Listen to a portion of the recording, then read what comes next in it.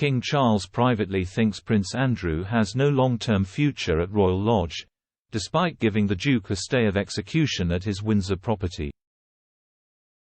Over the past few months, the King has reportedly been trying to get Andrew to vacate the 30-room mansion, where he has lived since 2003, in favour of moving into the considerably smaller Frogmore Cottage.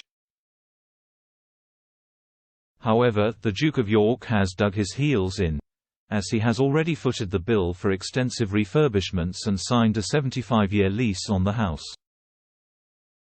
Andrew's ex-wife Sarah Ferguson, who also lives at Royal Lodge with him, has been recuperating following a mastectomy earlier this summer, forcing Charles to back off on his plans to evict them.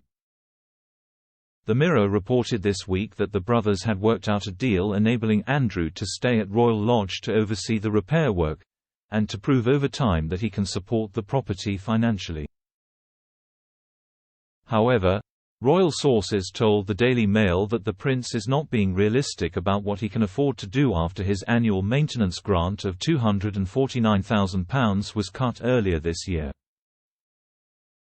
Royal Lodge is estimated to need around £2 million in repairs, with Andrew already having paid around £200,000 for refurbishments to the roof to be carved out over the summer.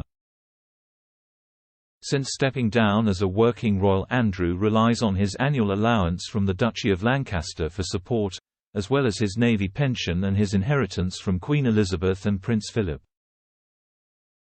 One family friend said, "It's all a bit cloud cuckoo land, I'm afraid. No one, not least His Majesty, believes there is any realistic, long-term chance of the Duke of York being able to keep the roof at Royal Lodge over his head. It's a massive property and estate that requires a huge amount of upkeep." Another added, "In all honesty, I would not expect to see the Duke of York living at Royal Lodge in the long term. If he could pay the upkeep, then he would be welcome to stay. But the chances of that happening are, frankly, remote. He and the Duchess are rattling around in a huge property they simply can't afford."